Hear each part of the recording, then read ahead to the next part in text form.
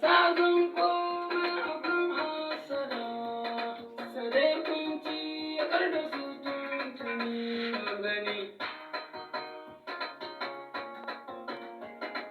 Me daga kagal ka zanyo tuni, kamar ka anyo zamani tuntuni. Ana yi da su zamani tuntuni, a yanzu ba a yi da su ka gani mun gani.